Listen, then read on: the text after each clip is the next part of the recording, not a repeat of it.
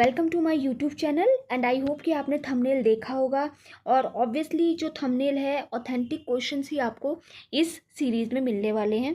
आज के चैप्टर में जैसे कि हमने थंबनेल में मेंशन किया है, मैटर जो चैप्टर है जो कि obviously DSSB, KVS, NVS, EMRS, चाहे RRB के कितने भी पेपर होते हैं, चाहे हमारे SSC के कितने भी पेपर होते हैं, सब में जो है बेसिक 10th तक की केमिस्ट्री, फिज़िक्स और बायोलॉजी हमारी आती है ना।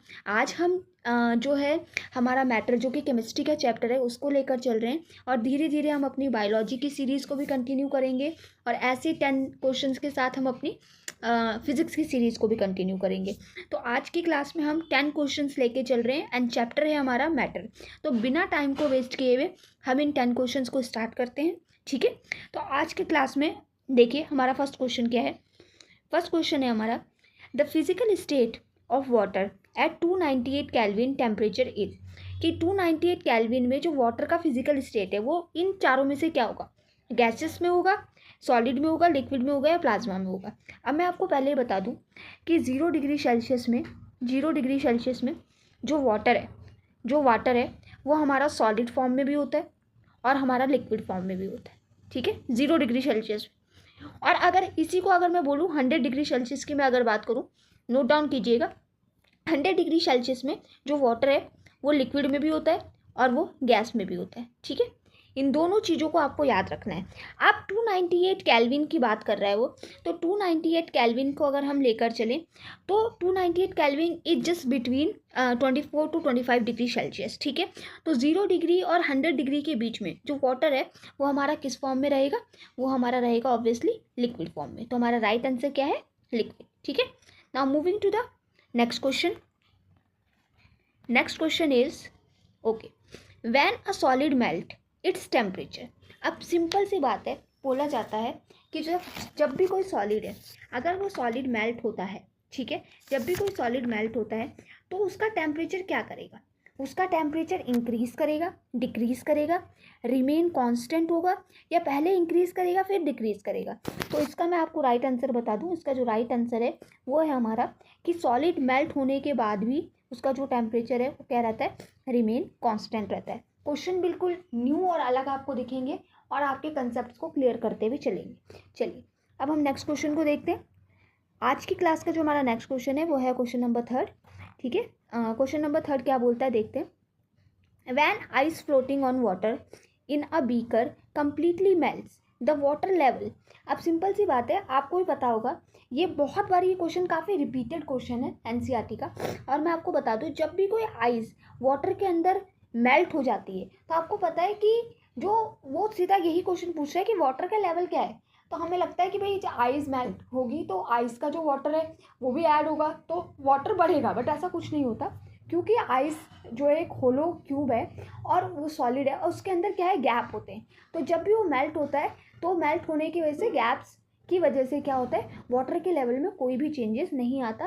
तो जो वाटर है वो क्या होता है, रिमेन सेम, ठीक है। This is the right answer. चलिए now next question number 4। Let's start with the question number 4। Which condition is most favourable for converting a gas into a liquid. Simple सी बात है, कोई भी गैसियस मॉलिक्यूल्स है, ठीक है, गैसियस मॉलिक्यूल्स को हमें लिक्विड में चेंज करना है। तो सबसे पहली बात आपको ही पता है, चाहे LPG हो गया, LPG एक गैस एक लिक्विड फॉर्म में प्रेजेंट रहती है ना सिलेंडर्स में। तो आपको पता है कि जब हम ज़्यादा प्रेशर देते हैं तो प्रेशर देने से जो गैस के मॉलिक्यूल्स है वो पास पास आ जाते हैं, ठीक है, पास आ जाते हैं और लिक्विड फॉर्म में कन्वर्ट होने लगते हैं। साथ ही साथ वो ये पूछ रहा है कि टेम्परेचर कैसा होना चाहिए। तो देखिए मैं आपको बता दूं, मॉलिक्यूल्स जितने ज़्यादा शांत रहेंगे वो बहुत जल्दी जल्दी पास आएंगे। इसका मतलब उसकी काइनेटिक एनर्जी को हमें कम करना है। मॉलिक्यूल्स की काइनेटिक एनर्जी कब कम होगी, जब उन्हें टेम्परेचर कम मिलेगा, क्योंकि अगर उन्हें टेम्परेचर ज़्यादा दे दिया तो मॉलिक्यूल्स क्या हो जाएंगे, मॉलिक्यूल्स की काइनेटिक एनर्जी बढ़ जाएगी, मॉलिक्यूल्स की काइनेटिक एनर्जी क्या हो जाएगी, बढ़ जाएगी। तो इसीलिए जब भी हमें किसी भी गैस को लिक्विड में चेंज करना होता है तो हमें प्रेशर ज़्यादा देना होता है और हमें टेम्परेचर क्या रखना होता है, टेम्परेचर हमें लो रखना होता है, ताकि काइनेटिक एनर्जी जो मॉलिक्यूल्स की है वो कम हो जाए और उस वजह से जो स्टेट है मैटर की वो क्या हो, चेंज हो सके। तो हमारा राइट आंसर क्या है, high pressure and low temperature, ठीक है। चलिए now moving to the next question. चलिए क्वेश्चन नंबर 5, आज की क्लास का क्वेश्चन नंबर 5 देखते हैं हम। At higher altitude boiling point of a liquid increase, melting point of a substance increase, boiling point of a liquid decrease. अब हमें पहले क्वेश्चन समझना है, ठीक है। सबसे पहले हमें क्वेश्चन ये समझना है, हायर एल्टीट्यूड, जब भी हम जैसे जैसे हम ऊंचे ऊंचे हायर एल्टीट्यूड एटमॉस्फेयर की तरफ जाते हैं तो आपको ही पता है जो प्रेशर होता है वो क्या हो जाता है, प्रेशर हमारा क्या हो जाता है, डिक्रीज हो जाता है।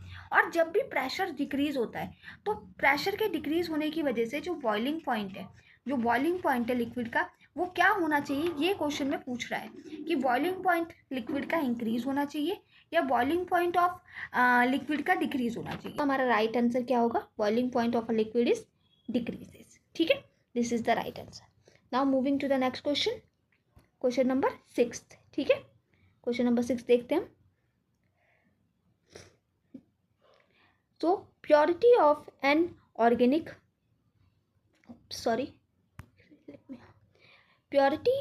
purity of an organic compound can be checked by its characteristics। अब किसी भी कंपोनेंट की या किसी भी ऑर्गेनिक कंपाउंड की अगर हमें प्योरिटी चेक करनी है तो वो जो प्योरिटी है, इसका सीधा सीधा आंसर है कि कभी भी हमें किसी, ये एनसीईआरटी की लाइन से क्वेश्चन है, तो प्योरिटी हमें कभी भी किसी ऑर्गेनिक कंपाउंड की चेक करनी होती है तो हम किस चीज़ से देखते हैं, हम देखते हैं उसके बॉइलिंग पॉइंट से, हम देखते हैं उसके बॉइलिंग पॉइंट से। Now question number 7, question number 7 is saying which of the following statements is false. इनमें से कौन सी स्टेटमेंट हमारी फॉल्स है। तो फर्स्ट देखिए हमारा क्या है, melting point and freezing point of a substance are the same. मतलब कि जो मेल्टिंग पॉइंट होता है और जो फ्रीजिंग पॉइंट होता है वो किसी भी सब्सटेंस का सेम होता है, ये बात बिल्कुल सही है। दूसरा है evaporation occur only at boiling point. अब वो बोल रहा है कि जो इवापोरेशन है वो बॉइलिंग पॉइंट, जब किसी भी सब्सटेंस का बॉइलिंग पॉइंट आता है तभी जाके इवापोरेशन होता है। तो ऐसा बिल्कुल नहीं है, बॉइलिंग पॉइंट के बिलो होने के टाइम पर इवापोरेशन स्टार्ट होता है, यही इनकरेक्ट स्टेटमेंट है और ये एनसीईआरटी की ही लाइन है। सी ऑप्शन है pure water has no taste, ये बिल्कुल सही है। और डी ऑप्शन है water allows sunlight to pass through it, ये भी बिल्कुल सही है। तो हमारा इनकरेक्ट कौन सा है, सी, सॉरी बी वाला है, ठीक है। चलिए नाउ नेक्स्ट क्वेश्चन देखते हैं हम, question number 8। What will obtain when a mixture of sand, sulfur, common salt and iodine is sublimed, ठीक है।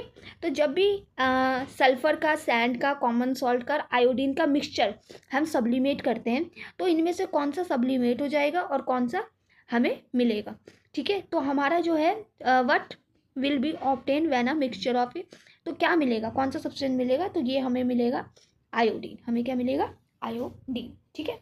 चलिए नेक्स्ट क्वेश्चन में चलते हैं। नेक्स्ट क्वेश्चन है हमारा, कुछ क्वेश्चंस के एकदम एकदम एग्जैक्ट आंसर है क्योंकि एनसीईआरटी की लाइन से उठाए गए क्वेश्चन से है।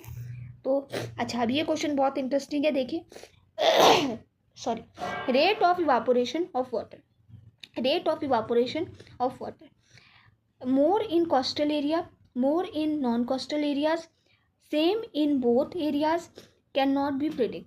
तो सिंपल सी बात है, जब भी हम देखते हैं रेट ऑफ इवापोरेशन होता है जो वाटर का, वो कोस्टल एरियाज, मतलब कि जहाँ पानी कम हो, coastal non coastal areas, sorry, कि कोस्टल एरियाज तो वो होते हैं जहाँ पानी बहुत ज़्यादा होता है, ओशंस वगैरह, तो वहाँ तो ऑलरेडी टेम्परेचर बहुत ठंडा रहता है।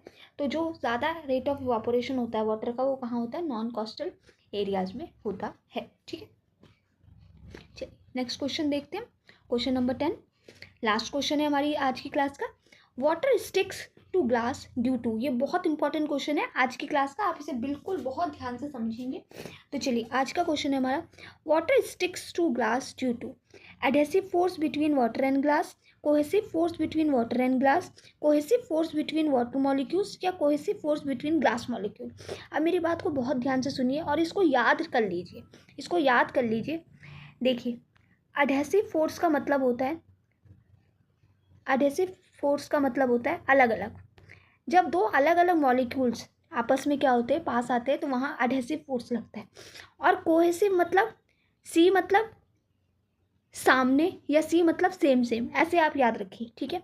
तो जहाँ सेम सेम मॉलिक्यूल्स होते हैं वहाँ हमारा एडहेसिव फोर्स लगता है। अब क्वेश्चन में साफ पूछा हुआ है, क्वेश्चन में साफ बोला हुआ है कि आप बताइए कि ग्लास जो है और वाटर के साथ वाटर ग्लास में वाटर क्या है, स्टिक रहता है। तो वाटर मॉलिक्यूल और ग्लास मॉलिक्यूल दोनों अलग अलग मॉलिक्यूल है, दोनों अलग अलग मॉलिक्यूल है, इसलिए इसका राइट आंसर क्या होगा हमारा, अडहेसिव फोर्स। अडहेसिव फोर्स होता है between water and glass. I hope आज का जो सेशन है आपको पसंद आया होगा। कल की क्लास में भी इसी तरीके से हम 10 क्वेश्चंस लाएंगे, बहुत अच्छे क्वेश्चंस होंगे, प्रैक्टिस होगी आपकी, और आपको ज़रूर इन क्वेश्चंस में से आपके पेपर में दिखाई देंगे कुछ ना कुछ।